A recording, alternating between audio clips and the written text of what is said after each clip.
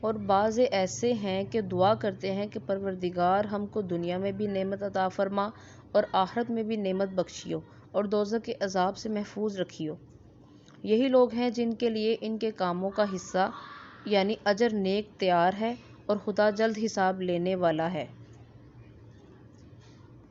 اور قیام منہ کے دنوں میں جو گنتی کے دن میں خدا کو یاد کرے، اگر کوئی جلدی کرے اور 2 ہی دن میں چل دے تو اس پر بھی کوئی کچھ گناہ نہیں، اور جو بعد میں ٹھہرا رہے اس پر بھی کچھ گناہ نہیں۔ یہ باتیں اس شخص کے لیے ہیں جو خدا سے ڈرے، اور تم لوگ خدا سے ڈرتے رہو اور جان رکھو کہ تم سب اس کے پاس جمع کیے جاؤ گے۔ اور کوئی شخص تو ایسا ہے جس کی گفتگو دنیا کی زندگی میں تم کو دلکش معلوم ہوتی ہے، اور وہ اپنی مانی الضمیر پر خدا کو گواہ بناتا ہے، حالانکہ وہ سخت جھگڑالو ہے۔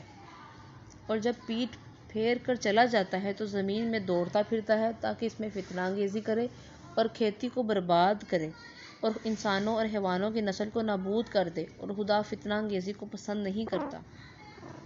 اور جب اس سے کہا جاتا ہے کہ خدا سے خوف کر تو غرور اس کو گناہ میں پھنسا دیتا ہے، سو ایسے کو جہنم سزاوار ہے اور وہ بہت برا ٹھکانہ ہے۔ اور کوئی شخص ایسا ہے کہ خدا کی خوشنودی حاصل کرنے کے لیے اپنی جان بیچ ڈالتا ہے، اور خدا بندوں پر بہت مہربان ہے۔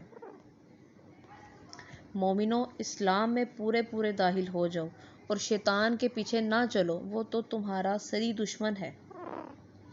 پھر اگر تم احکام روشن پہنچ جانے کے بعد لڑکھڑا جاؤ تو جان جاؤ کہ خدا غالب اور حکمت والا ہے۔ کیا یہ لوگ اس بات کے منتظر ہیں کہ ان پر خدا کا عذاب بادل کے سائبانوں میں آ نازل ہو اور فرشتے بھی اتر آئیں اور کام تمام کر دیا جائے، اور سب کاموں کا رجوع خدا ہی کی طرف ہے؟